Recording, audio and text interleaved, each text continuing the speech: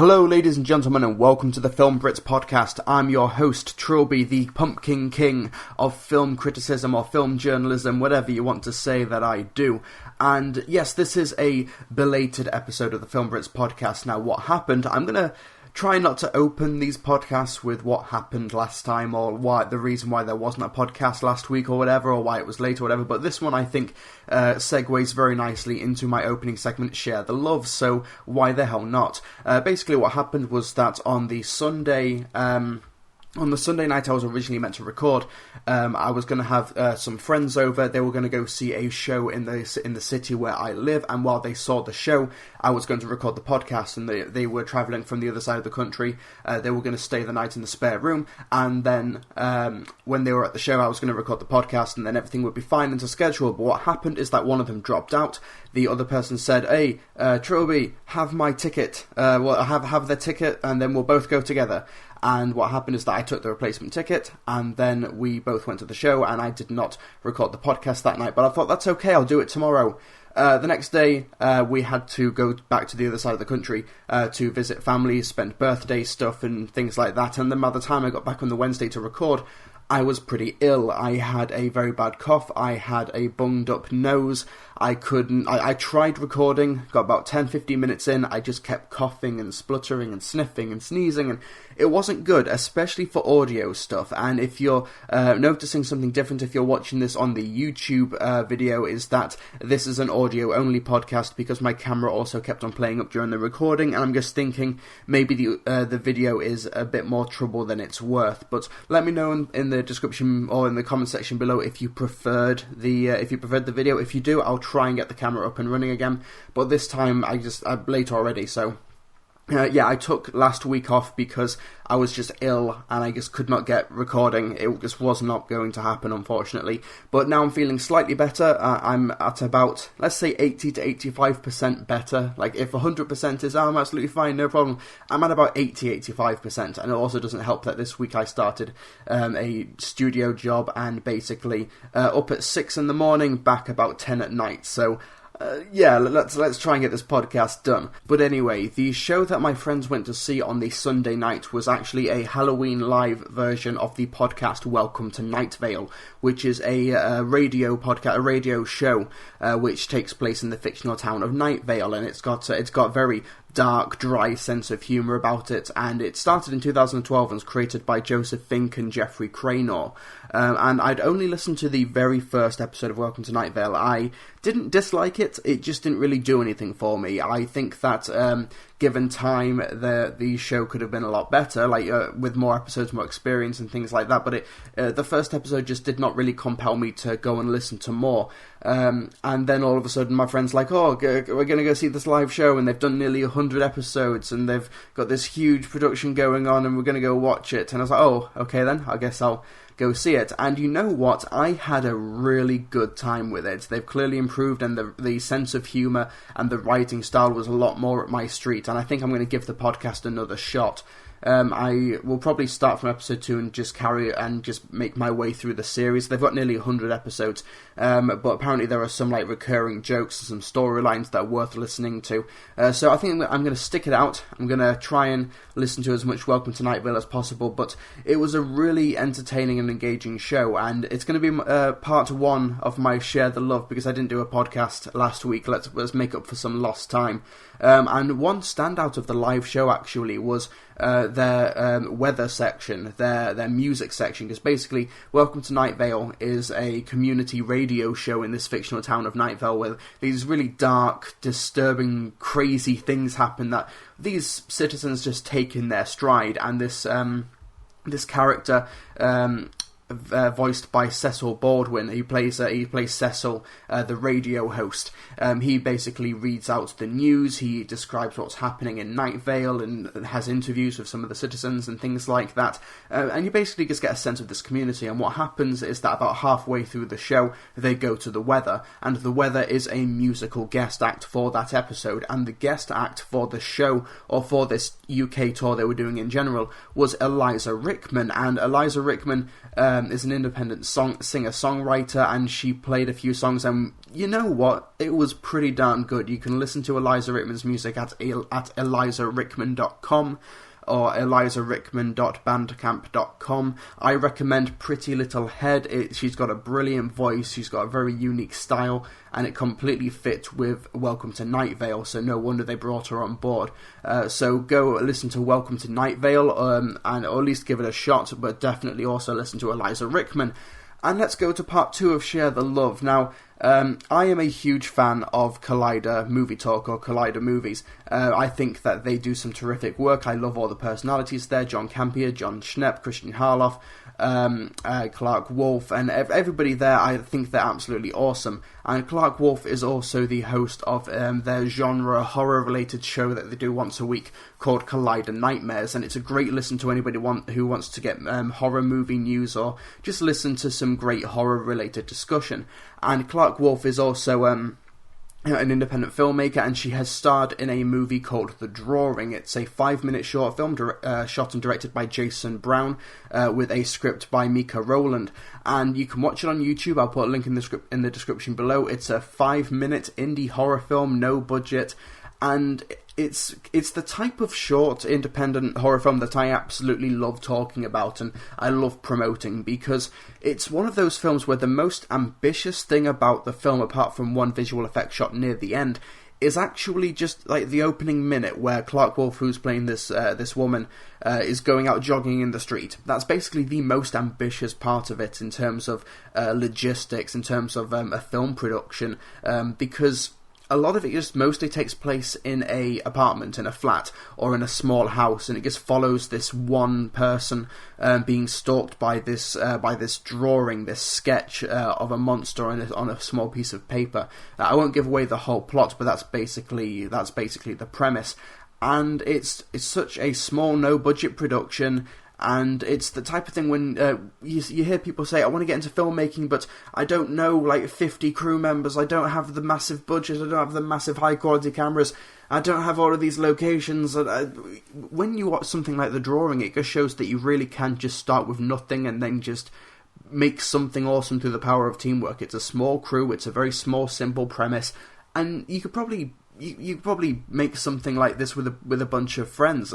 This is quite a polished production. The main criticism I actually have would be the sound effects, because I feel like many of the sound effects they used were stock sound effects, and it kind of clashed with the rest of the aesthetics, and it kind of took me out of it, especially since I was wearing headphones when listening to The Drawing short film, so that kind of took me out of it slightly. But apart from that, as a no-budget 5-minute independent horror film, I highly recommend The Drawing. There's a link to it in the description below. You can find it on the 1A Plate Productions YouTube channel, or just search The Drawing Scary Short Film, and you should be able to find it on YouTube or on Google. Now, without any further ado, that is my Share the Love segment, because there's so much negativity, or there's so many other awesome things on the internet that you could be watching apart from just hateful stuff. So go and watch this more awesome stuff like Welcome to Night Vale, or listen to Eliza Rickman, or get scared by The Drawing. Halloween is over, but the fun never ends. Now, ladies and gentlemen, let's go to the main segment of the show, because over the past 2 weeks we've had quite a lot of trailers drop for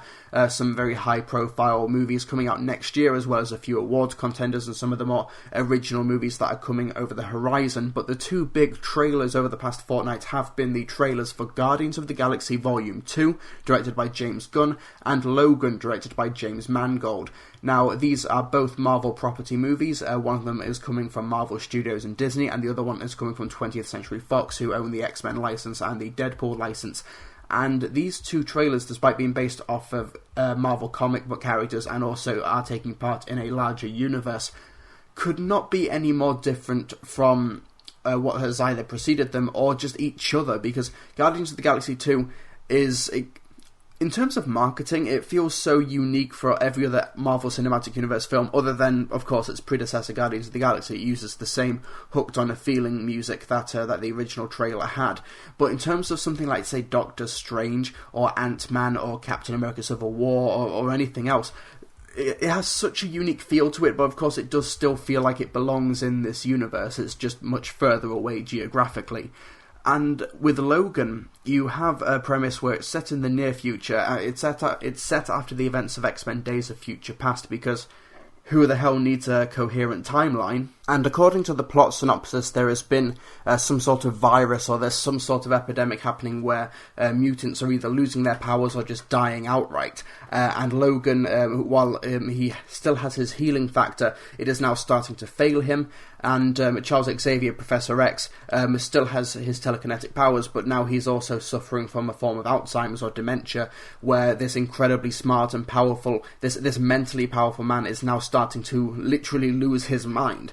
And what happens is that Logan, Wolverine, is now has to protect a young girl named Laura, who is being hunted by some sinister forces. Now, comparing these two trailers is almost like comparing apples and oranges. These two are very, very different. So I'm not going to say Logan was the best serious dramatic trailer and Guardians of the Galaxy was the best fun goofy trailer, because obviously I think both trailers do a terrific job at selling what they are trying to be. But if I were to just take them at face value, view Guardians of the Galaxy Volume 2 trailer first and then view the Logan one, I would say that the Guardians of the Galaxy Volume 2 trailer is more appealing. Because with Guardians of the Galaxy 2, you click on the trailer, you see the title, you know exactly what you're kind of getting in for, and Guardians of the Galaxy Volume 2 it delivers that. You get the ooga chaka, ooga. You see all of these inventive creatures, you see the characters that you expect to see in the forms you expect to see them in, apart from Groot, who makes the awesome appearance at the end as little baby Groot on Rocket's shoulder, and also Yondu has got a killer mohawk, which I can't wait to see. Probably the biggest surprise of the trailer was just seeing Nebula, because we don't really know exactly who the big villain of Guardians of the Galaxy Volume 2 is, or at least we don't really have a visual idea, we don't really have an indicator, we don't know much plot information other than the fact that Star-Lord is going to be searching for his parentage. So seeing Nebula just as one of the villains of the last movie appear in this trailer was a little bit surprising, but apart from that was only like a minor surprise. That was barely a, whoa, let's overreact and put it on YouTube. But with Guardians of the Galaxy Volume 2, you've got fun, you've got the jokes, you've got the great encounter with Star-Lord and Drax and the awkward hug, and it reminds me of how brilliant Dave Bautista was in the first Guardians movie, and when he says, you just need to find someone pathetic like you, which was just killer delivery. The guy is awesome in the role. I can't say he's a good actor elsewhere, but as Drax, he absolutely kills it. We saw some pretty cool action beats. We saw weird floating people. It was a very good teaser trailer, and it wouldn't surprise me if we were going to be seeing something by the end of 2016 in regards to a full proper trailer or a second teaser or something. It wouldn't surprise me, because this is the first MCU movie to come out in 2017 on May 5th. I think it may be late April for UK viewers. So it wouldn't surprise me if we saw something quite soon. But then you watch something like Logan, and because let's just break down what we saw in the last few 20th Century Fox X-Men movie trailers. For Deadpool, we got X gon' give it here, we're gon' give it here. With Apocalypse, we got this huge swelling orchestra, big bombast, and all this big action set pieces and spectacle. With Logan, you got Johnny Cash's Hurt. And I'm not saying that Logan had to go with popular convention or go with what you'd expect previous X-Men movies to be, but I can understand why people watched the Logan trailer and the Guardians trailer and maybe walked away thinking that the Guardians trailer made a better impact. But I think once you kind of adjust your expectations and your thought process and you understand what Logan, or at least what the trailer is selling, I think that the best trailer of the two was the Logan trailer. I think if you just took them at face value, the Guardians trailer might be better, because the trailer for Logan is just such a radical shift in tone and feel, and it's completely intentional. I'm not criticising the trailer for Logan. I'm not criticising Guardians of the Galaxy either. It basically wears its heart on its sleeve. Like the poster for Guardians of the Galaxy Volume 2, the tagline is obviously, it's wearing its hipster, cool, too cool to care attitude on its sleeve. I love everything about it. I love the poster, and Logan is selling something very, very different. Not quite as mainstream and not quite as easily accessible. But I think when you kind of compare the two trailers side by side, the trailer for Guardians of the Galaxy Volume 2 ended with the joke about dancing for Drax and Star-Lord before they had the Rocket and Groot capper at the end after the title. But the trailer for Logan before the title was somebody getting stabbed in the face from Wolverine's claws, and then the moment recreated from the poster where the young mutant girl holds Logan's hand. It's completely different, but I think that different works, because people talk about superhero fatigue, or when a superhero movie's going to die off, and I don't think that's the case in the near future. And I think what's happened is that Marvel, and also in this case 20th Century Fox, have been very, very clever with what they've been doing. Because I think in the early 2000s, the early to mid 2000s, just seeing these comic book characters fully realised with CGI and bright, colourful awesomeness on the big screen was novelty enough, you know? Like seeing the X-Men on the big screen, these characters that many people have seen in cartoons and read in comic books and played video games. I've just seen them in live action and really well cast and done to like a great standard at the time. Like the first two Spider-Man movies and the first two X-Men movies and Blade and the Batman Begins and Superman Returns, and kind of maybe just seeing these characters was kind of enough. And then what happened was that 2008 was probably one of the best years for superhero movies ever, because you had Hellboy 2, you had Iron Man, you had The Incredible Hulk, you had The Dark Knight. It's just an incredible year for superhero movies. And then Marvel changed the game before things got too stale, when it also happened the same time as The Dark Knight as well, because having the novelty of seeing these characters on the big screen was not going to be enough to sustain the genre. What was going to happen was that they were going to have to start tackling more mature subject matter, and there was going to have to be a new form of novelty. There was going to have to be a new reason for audience members to go see these characters on the big screen. Just seeing Iron Man on the big screen was not enough to deter people from giving Iron Man 2 lukewarm reviews. Iron Man 2 is not a terrible movie by any means, but just seeing Iron Man on the big screen was not enough. However, the fact that Iron Man and the Incredible Hulk shared the same universe, and that he was going to be meeting Thor and Captain America in the near future, and then they team up in the Avengers.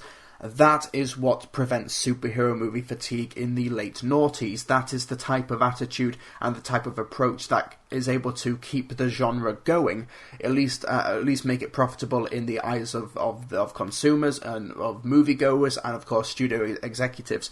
If I don't want to sound too corporate at the moment. And then what happens is that the MCU is not just giant lights in the sky. Let's all just get everybody together and just have a big fun time and just whatever. Just have them show up, have the exact same structure and just whatever. But the MCU movies have managed to stave off superhero fatigue by changing genres with almost every installment, or at least with every franchise. Well, I say even with every franchise. The Captain America franchise, that's a trilogy. All three films have been different genres. Captain America the First Avenger was a 1940s, 1950s serial-inspired adventure movie, which is why getting Joe Johnston to direct was such a perfect choice. The Winter Soldier was an espionage movie, and Civil War was basically just a 2.5-hour awesome party of incredible high drama and high camp and high awesomeness, and I loved every minute of it. Whereas with, say, The Incredible Hulk, you've got, say, a Godzilla-style monster movie. With Thor, you've got Flash Gordon cosmic adventuring. With Ant-Man, you've got a heist movie. With Guardians of the Galaxy, you've got a fun space opera. With Doctor Strange, you do have the mystical kung fu type aesthetic and Eastern sensibilities. And the fact that they've been able to change genres every time is what has been able to keep the MCU successful, and I'm sure that they'll continue to do that in the near future. And what's interesting is that this past year, at the beginning of 2016, people would have said, okay, Deadpool might be the better movie, but X-Men Apocalypse is going to be the bigger hit at the box office. And it was box office wise, it was the exact opposite. Deadpool was a record smashing movie, made like $800 million worldwide. And X-Men Apocalypse, while it did well, it underperformed. It did less than Days of Future Past, and it did less than Deadpool, despite nearly costing 4 times as much. The profit margins for Deadpool were insane, and it was marketed so differently. It was a completely different vibe. It was like nothing we'd seen before on the big screen, whereas X-Men Apocalypse, it had a grand scale and great casting and costumes and things like that, but it was just big bad guy, swirling rocks at the end, just gang up on the guy at the end. It was been there, done that. It was tried and tested and kind of worn out, and I think that the box office and the critical reception reflected that. So the fact that Logan is coming in response to X-Men Apocalypse, and I'm not saying that Logan is going to be exactly like Deadpool, of course not, it's going to be a completely different tone and style and feel, but the fact that it is now sort of more of a Western movie, it's not a big mainstream $200 million blockbuster where everyone teams up to fight the bad guy in the swirling dust cloud at the end or whatever. This is going to be, it's a high budget $130 million production, but it feels like a Western. And I like the Wolverine, the last James Mangold movie from 2013, that was like a Japanese samurai movie. I love how how 20th Century Fox, outside of the X-Men branding, are able to diversify their genres, and I think Logan was the better trailer, in my opinion, because it was completely different from what I was expecting. The poster and the trailer are completely in sync, as well as with Guardians of the Galaxy Volume 2, but I kind of expected that, and I think that the trailer for Logan, with its moments of brutal violence, but also one of my favourite scenes that I'm looking forward to in Logan is the scene teased in the trailer where Hugh Jackman, Patrick Stewart, and Daphne Keane, who plays Laura, the young mutant who Logan has to look after, are sitting in a small wooden cottage and just at a table talking and eating. I am so looking forward to that scene. And it's not a big spectacle scene, it's just, what are these 3 characters going to do in this world? Is this going to be the moment of levity, or is this going to be the moment of high drama? I can't wait for that scene. And it's a scene where you can guarantee that Logan's not going to get his claws out. Charles Xavier's probably not going to read anybody's mind. And it's these characters who we start to fall in love with. And as much as I'm looking forward to Guardians of the Galaxy Volume 2, I kind of feel like what we're going to be maybe going with more of the same, and Logan is going to be something completely different. Now, more of the same for Guardians of the Galaxy Volume 2 is probably still going to be awesome, and I hope that they do go in different directions. I want them to do that. It's just that the trailer was more of the same, so that's really all I've got to work with right now. More of the same is awesome, but Logan was the one that kind of stuck with me. So if we're going to be having an epic trailer showdown, despite the fact that Marvel have the better recent track record, I'm going to give it to Logan. I think that the Logan trailer was so razor focused with its own genre, with its own tone. The music was great. It teased brutal action, but also some heartfelt moments. And I also liked the Green Band trailer cap at the end, because in the Red Band trailer it ends with Logan just stabbing a guy in the face, which is amazing. But the other one shows presumably X-23, who Laura seems to be. These bloodied claws, and Logan has to defend himself from them. I think that was also a really great moment. So yeah, Logan is the better trailer, in my opinion. So let me know what you think in the description below. I actually do have some correspondence from my patrons when I told them that this would be the topic.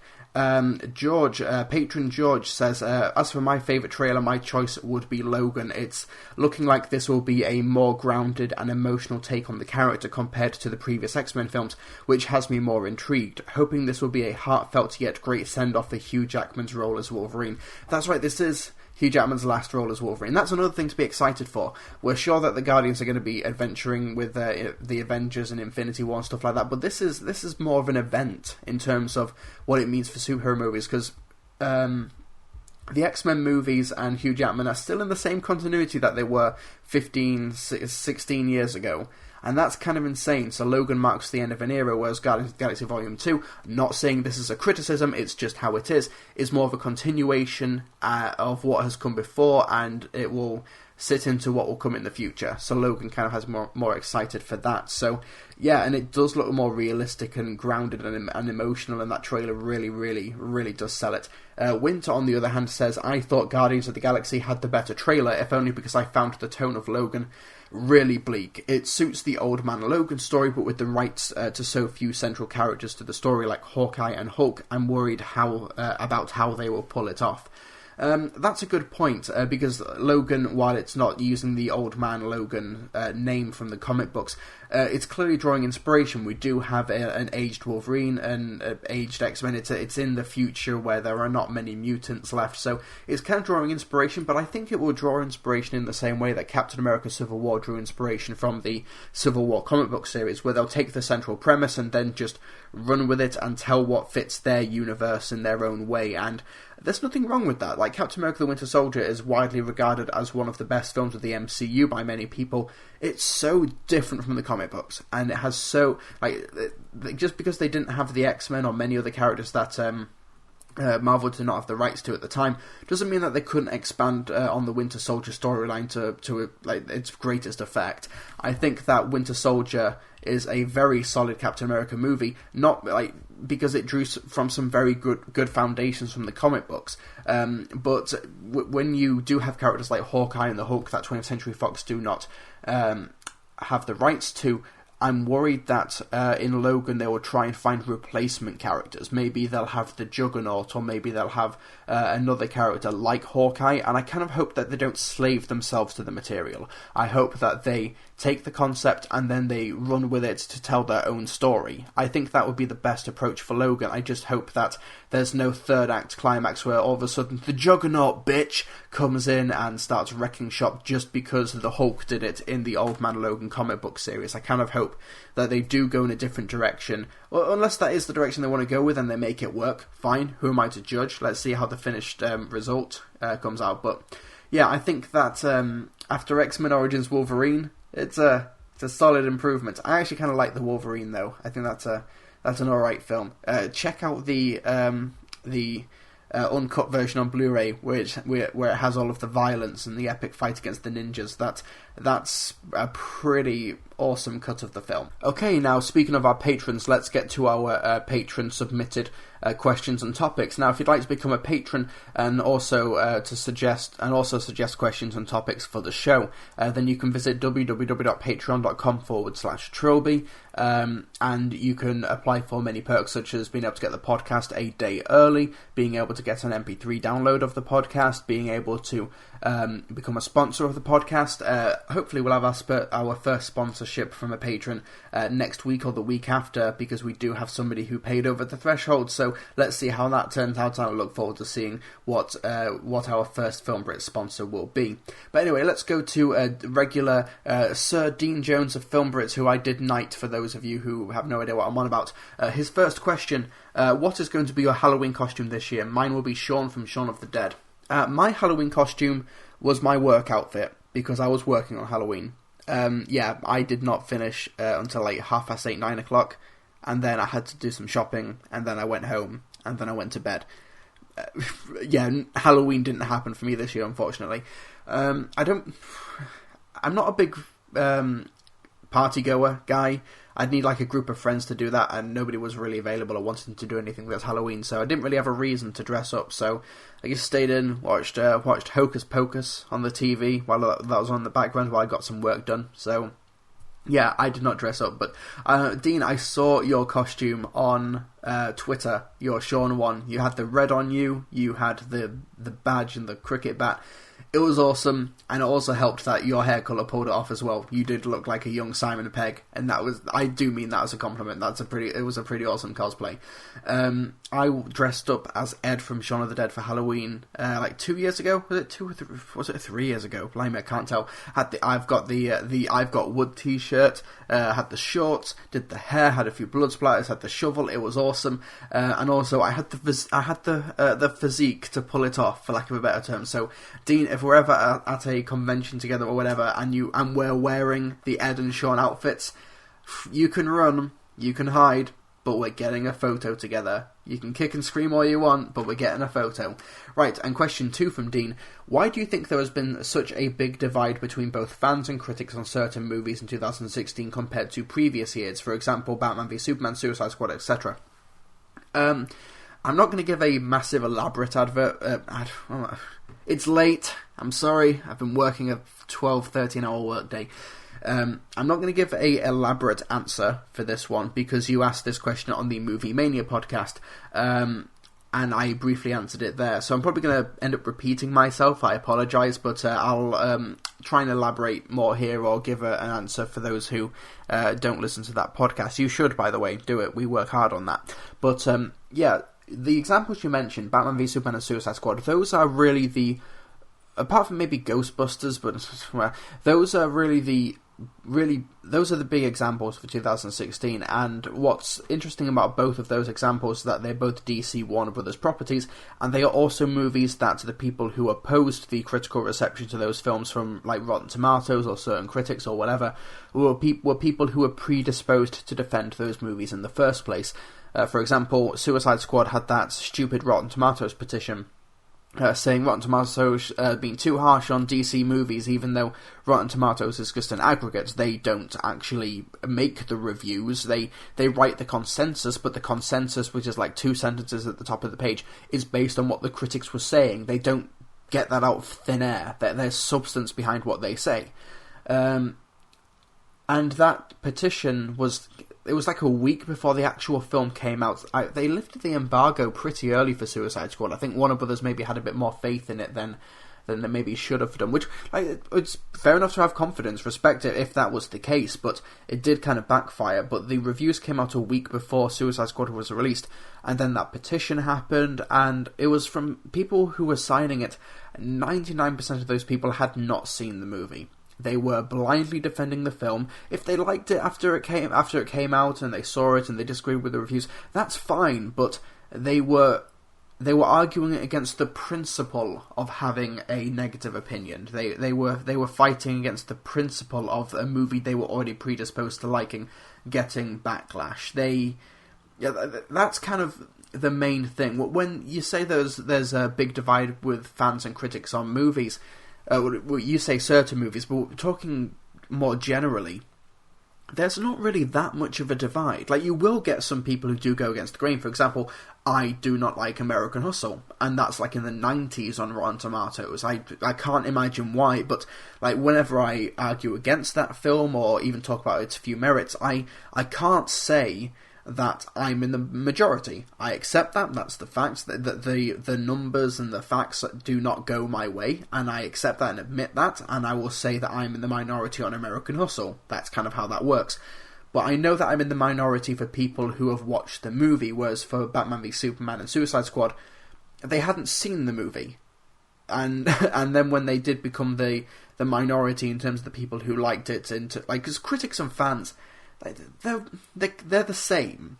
Like, critics do not go into a movie theatre to have a terrible time. Like, if there are hundreds and thousands of movie critics, maybe there's 1 or 2, but we're talking about a fraction of a percent, not enough to shift a tomato meter to any substantial degree. And there's this idea of critics just wanting to hate everything, but if you imagine going to work and wanting to hate your job, it's not how it works. Like maybe there are a couple of sadistic people or a couple of self-loathing individuals, but in terms of the broad spectrum and the majority of people, critics want to go into a movie theatre and have a good time. They like being proven wrong, they want to be surprised, and they want to have a good time, and they want to have a good write-up. They like having a good time. I'm sure people maybe enjoy the colourful vocabulary that can come from negative reviews. I certainly do, but I don't enjoy the negative energy that surrounds that. Like, I'll be honest, I'm not going to lie and say that I liked a film or that I disliked a film in order to either go on a bandwagon or whatever, but I don't really like being negative. I don't like going into Suicide Squad and having a pretty poor time. And it's this idea of people saying, oh, you were just negative to jump on a bandwagon. But the thing is, for critics who reviewed Suicide Squad and Batman v Superman, when an embargo lifts, all of these critics will release their reviews, their pre-written reviews, at the same time, in order to get that day one traffic, in order to try and be one of the first ones to get a review out. It's financially in their best interest to meet that embargo and for everyone to upload their reviews at the exact same time. So then when those reviews skew negative, you're not jumping on a bandwagon. The bandwagon is not in motion. Those people who wrote their reviews probably didn't know what most of the other critics think. I'm sure they had a social circle, but if you were talking like 300 Rotten Tomato critics, maybe, 5 people knew that, maybe another 5 people, or maybe like 10, 20 people knew that their friends had like negative reviews or something. Not many. Not enough to influence a bandwagon, for lack of a better word. I'm just quoting what people say. So there is no bandwagon here. The bandwagon's already in motion. And I mentioned Ghostbusters as well. And it's kind of the same deal. People, but it's the opposite. Believe it or not. Believe it or not. It's like people were predisposed to hating the movie. And I mentioned this in my video editorial when some of the reviews came out, and some of them were okay. Some of the reviews said that the film was fine, that it was okay, and these critics received massive amounts of harassment and death threats and stuff for saying that the film was okay. And these people hadn't even seen the film yet. And I think the divide between critics and fans, or like between certain aspects of the community and critics, I should say, because I don't really want to call them fans, because fans and critics are the same thing. But between certain aspects of the community and critics, I think that the reason there has been a divide in 2016 was because it might not even be something specific to 2016, but it kind of brought out just the worst in blind fan culture. Just, you have to hate this film, or you have to love it, 10 out of 10, 0 out of 10, there's no nuance to the discussion. The idea of social media and online culture and stuff is that when everybody has a voice that's kind of on an equal playing field, people kind of feel like they're incredibly important in the grand scheme of things, psychologically. And there's a lot of confirmation bias that goes on. A lot of confirmation bias. So people, even if they're in the minority, they'll just try and dismiss the majority, or vice versa. So it's just the idea of, in 2016, there were just a lot of releases back-to-back where fan bases were just predisposed to their opinion regardless of what the consensus was. And that's kind of disappointing and frustrating. It's funny to laugh at, but the fact that it happened so many times back-to-back in 2016 is just icing on the poop sundae. It's just not a good 2016, really. But okay, next question from George. He asks, since we are getting the Lego Batman movie next February, and he says, my most anticipated film in 2017 so far, I don't know if I'll go that far, but Lego Batman movie is very high up on my list. He asks, would you like to see more Lego movies based on individual properties, superheroes or otherwise? If so, which properties would you pick? I'd like to see more in the Lego movie universe. Of course, the Adventures of Emmett or Benny the Spaceman and all these other guys. I like to see their continuing adventures. But in terms of other Lego-based movie properties, I'm not really. I'm okay. I'm good. I don't really want to see many more. I'm sure I'll be proven wrong. I'm sure maybe more characters could be introduced in the Lego Batman movie or the Lego Movie 2 or Ninjago or whatever. But right now, I'm fine. I think that the Lego branding has found a very nice home in terms of the straight-to-DVD market, and also the fact that they release very successful and profitable video games like the Lego Star Wars games, Lego Jurassic Park. These Lego video game franchises and Lego Marvel, they've made a very good niche for themselves there. Because apart from just making Jurassic World in Lego, or just making Back to the Future in Lego, I don't really know what other mileage there is in terms of adapting individual properties for the big screen. The reason we're getting a Lego Batman movie is because Lego Batman was a brilliant supporting character in the Lego movie, which primarily featured original characters. So I'd like to see maybe more movies based around characters from the Lego movie universe, but in terms of Lego movie properties, I don't see the mileage. I don't see what could be gained from making a 90 or 100 minute movie based off of Jurassic Park, but in Lego. I don't see why... It's an interesting question. I just don't really see what could be done. I'm more than willing to be proven wrong. I'd love to be surprised by, let me think, maybe a Lego Walking Dead, or a Lego Taken, or a Lego Toy Story movie, or something like that. I don't know. It might have to be a really ironic one, like I said, maybe Lego Taken. Like, that might be funny, but how do you expand that to 90 minutes? And how do you make it mainstream enough to appeal to the family-friendly Lego market? So there's a lot of different issues and questions there. But it's an interesting question, but I would need more evidence or at least more characters from the Lego Movie universe. But if we are talking about the Lego Movie universe, characters I would love to see spun off, probably Good Cop, Bad Cop. I'd love to see a movie based around him. And maybe an average day on the police force. Maybe do a good cop, bad cop movie in the vein of Dredd. Like the 2012 movie Dredd. Like a day in the life of good cop, bad cop. Voiced by Liam Neeson. Taken. There we go. Liam Neeson, the good cop, bad cop, is the dad from Taken. And it's a 90-minute day in the life Dredd style movie. I want to see that. Thank you for putting this thought in my head, George. I massively appreciate this. Okay, and the third and final question comes from Winter asking, what are your thoughts on the upcoming Fantastic Beasts film and its announced four planned sequels? So at the beginning of the year, I did my most anticipated films of 2016, and Fantastic Beasts and Where to Find Them was my number one. It's still my most anticipated, but I don't really have that hype anymore. I loved the idea of it, and I'm still really looking forward to it. I just think the trailers really haven't blown me away as much as I wanted to. Maybe I think my expectations might have been way too high, and maybe I was expecting Fantastic Beasts to be something that the trailers are not selling to me. I'm sure I love the film, and at least I want to have a really good time. I don't want that vindication that Dean Jones's comment was talking about, but I'm hoping that it'll be really good. I'm hoping to have a great time with it.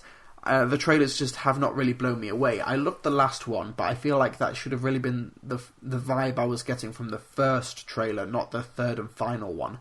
But I'm still looking forward to it. I think Eddie Redmayne will be great in the film. I think David Yates has done great stuff for the Harry Potter franchise, and I'd like to see what he does next.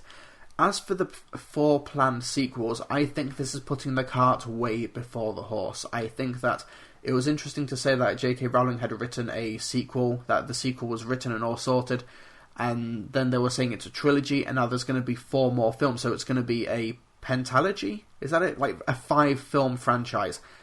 Harry Potter had the precedence established already with the 7 books to be a 7 or 8 film franchise. Fantastic Beasts does not, so Warner Brothers are on very shaky ground here. And I feel like it could backfire if they make Fantastic Beasts and Where to Find Them not a self-contained story. Like, maybe it could it could maybe hint at stuff that could happen in the sequel that they're planning. But in terms of planning, like 3 or 4 films down the line, I think that is treading on dangerous waters there. I think that's treading on dangerous territory. There's kind of like an unspoken rule of TV. Plan everything for Series 1. But do not plan for Series 2, 3, and 4, because once Series 1 is done, you do not know what characters audience members are going to gravitate to, you don't know what will work on the screen as opposed to what worked on the page. You need that flexibility, and I think if they're planning too far ahead, then they will lose that flexibility, and it could backfire badly. I'm still looking forward to Fantastic Beasts. I just hope that it doesn't become like an Iron Man 2, except if Iron Man 2 was the first installment of the MCU, and I'm worried that could be what happens here. So that is the Patreon questions and topics. So once again, if you want to get your questions in, you go to www.patreon.com/Trilbee. Now, what it is time for now is the lightning round. Basically, I have 60 seconds to answer questions that have come in on Twitter, on my Trilbee Reviews Twitter handle. So let me just go to my notifications. I've not pre-screened this. I have not seen these questions. I've got 60 seconds for them. Okay. Let me just go. Okay. Oh, Dean Jones, you've already done a question. He asked best horror films to view on Halloween, but because you're a patron, I'll be nice. Okay. I'll give you your 60 seconds, Dean. Let me just get my stopwatch on. I just scrolled down and saw Dean Jones and was like, I've had a question, 2 questions. This is your 3rd question in this podcast, Dean. You're lucky you've been knighted. Okay, 60 seconds starts now. Best horror films to view on Halloween. Hocus Pocus is a fun one, especially for younger audiences. I tend to watch Nightmare Before Christmas either on Halloween or just after it. It's one of those films where you can't really watch it before Halloween because it's in that weird Christmas Halloween spot. I like to watch Halloween and Halloween 2 as a double feature. I'm not a huge fan of Halloween, but I really like Halloween 2, and I actually think it makes a great double feature as opposed to just watching the first one, in my opinion. Like any of the Saw films is kind of a safe bet for me, at least. The Babadook was something I meant to watch this Halloween, but you can watch that all year round, really. But in terms of just pure Halloween stuff, movies that directly relate to Halloween, like Hocus Pocus or Halloween or Nightmare Before Christmas, we'll go for those 3, except I'm going to make Halloween and Halloween 2 a double feature. There we go. So that's your 3rd question, Dean, you greedy bum. Right, okay, next question comes from 60 seconds starts now. Richard McGee asks, what are your thoughts on the recent news that Pixar swapped the release dates for The Incredibles 2 and Toy Story 4? I'm happy about the news because it means we get The Incredibles 2 much sooner. Toy Story 4 is a movie that I am looking forward to because it's Toy Story and because it's Pixar, but it's a movie that I don't really feel like I need in my life, and I feel like I need The Incredibles 2 in my life. I want to see these characters, what they did next. I don't think we should do a massive 10 to 15 year time jump in the future. I'd love to see maybe a year or 2 when, say, like Dash or Violet are in their awkward phases as teenagers, well, Violet even more so, and Jack as a toddler as opposed to a baby. I want to see what they do with those stories. And also, because of the events of The Incredibles 2, we had a very interesting world that was left at the end of The Incredibles, so I want to know the immediate aftermath as opposed to just skipping that 10-15 years time. So I'm really looking forward to The Incredibles 2, and I'm happy that it's coming even sooner, to answer your question. Okay, 60 seconds. Oh, yeah, 60 seconds exactly. Awesome. Next question. Next question goes from... Next question is from Miles the Junk Man. Do you have a Letterboxd account? Probably on one of my old emails. I never use it. That's a 10-second answer, I'm afraid. No, I don't. I'll say no. Well, I technically do, I just don't use it. I don't even know what email address it is. Okay, next question. 60 seconds starts now. Question comes from Marco Portuando. Sorry. What are some of your favourite and least favourite movies? Loaded questions. Least favourite movies probably be something like, say, 50 Shades of Grey, The Twilight Saga. Trying to think what else there was. Paranormal Activity, that franchise is just absolutely terrible. I don't, because with my least favourite movies, because they're so bad, I kind of tend to like release them out of the corners of my mind and just forget about them. Whereas with my favourite movies, just love them like deep down, so I always remember them. Terminator 2, District 9, Up, It's a Wonderful Life. What else we got? Harry Potter and the Deathly Hallows Part 2, the Toy Story trilogy.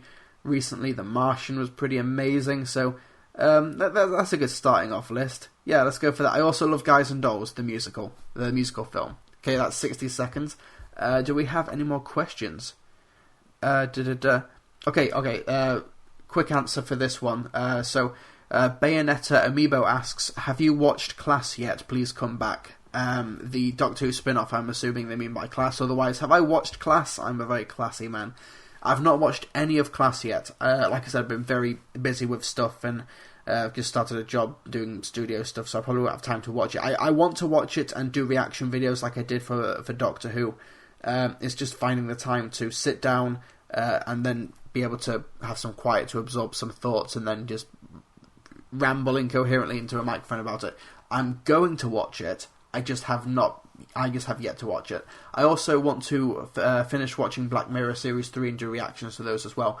I watched Series 3 Episode 2 first because my Netflix decided to be very weird and meta and play Episode 2 first. So that's for those of you who have watched Episode 2 of Series 3 of Black Mirror, that's one hell of an introduction. But yeah, that's an answer. That's the answer to Bayonetta Amiibo's question.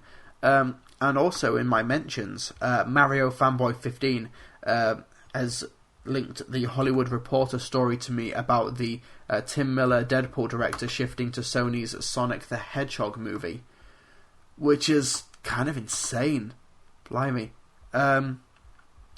Just reading the story, I need to see a trailer for this thing, or at least know what's going on, but that's an interesting move, and I wish Tim Miller all the best. It's a project I'd like to see work out well, so we'll see how that goes. But that's all of the questions. Now, thank you so much for listening to this belated and oft-delayed episode of the Film Brits podcast. Thank you so much for listening. Thank you so much to my patrons who make this podcast possible. Happy November, everybody. If you'd like to follow this podcast on iTunes or on SoundCloud, you could leave us a review on iTunes, which would be absolutely awesome. You can help keep the lights on here by visiting Patreon and pledging for numerous reward tiers. I'd massively appreciate that. And you can follow me on Twitter at Trilbee Reviews and keep an eye out for when I do my quick-fire lightning round questions. So thank you so much for listening to the Film Brits podcast. My name is Trilbee, and I'll see you guys next time.